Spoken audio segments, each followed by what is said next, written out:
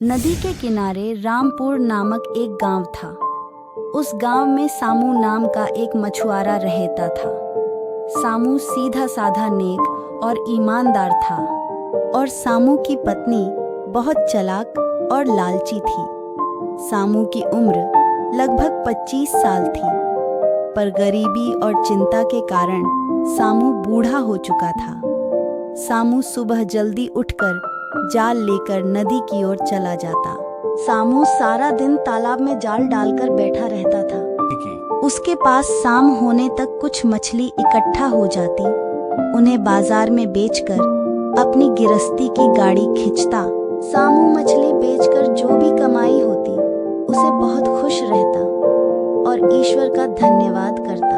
हे ईश्वर, मुझ पर अपनी कृपा ऐसे ही बनाए रखना। सामू की पत्नी कमला कभी भी खुश नहीं होती। सामू को ताने दे देकर जीना हराम रखती।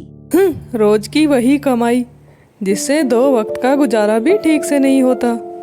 मेरी नई साड़ी और गहनों के लिए तो तुम ना जाने कब पैसे कमा कर दोगे।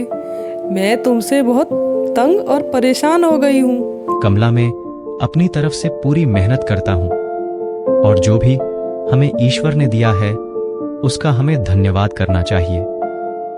मन का क्या है, मन का लालच कभी भी कम नहीं होता है। वह जितना मिल जाए उतना ही कम लगता है। एक दिन शामू को बहुत तेज बुखार आ गया। सामू जाल लेकर तालाब में मछली पकड़ने गया और तालाब में सारा दिन जाल डालकर बैठ रहा। पर सामू बेचारा किस्मत का मारा, उसके जाल में एक भी मछली नहीं फांसी। सामू बेचारा थक हार कर अपने घर को खाली हाथ लौट गया और बिमला ने समूह का जीना दुश्वार कर दिया। सामू बेचारा फिर से नदी की ओर जाल लेकर चला गया और जाल डालकर नदी में बैठा रहा। शामू को जाल बहुत भारी महसूस हुआ।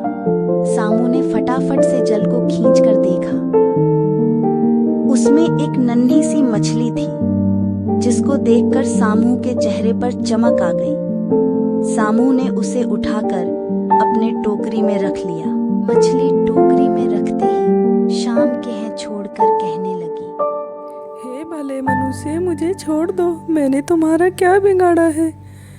मैं इस नदी की रानी हूँ। तुम जो चाहे मुझसे मांग लो, पर मुझे वापस इसी नदी में छोड़ दो। सामू मछली की बातें सुनकर मुस्कुराया और उसे नदी में वापस छोड़ दिया और अपने घर खाली हाथ लौट आया। सामू ने सारी बातें अपनी पत्नी बीमला को बताई। बीमला गुस्से से लाल पीली हो गई और श्यामू का जीना दुश्वार कर दिया।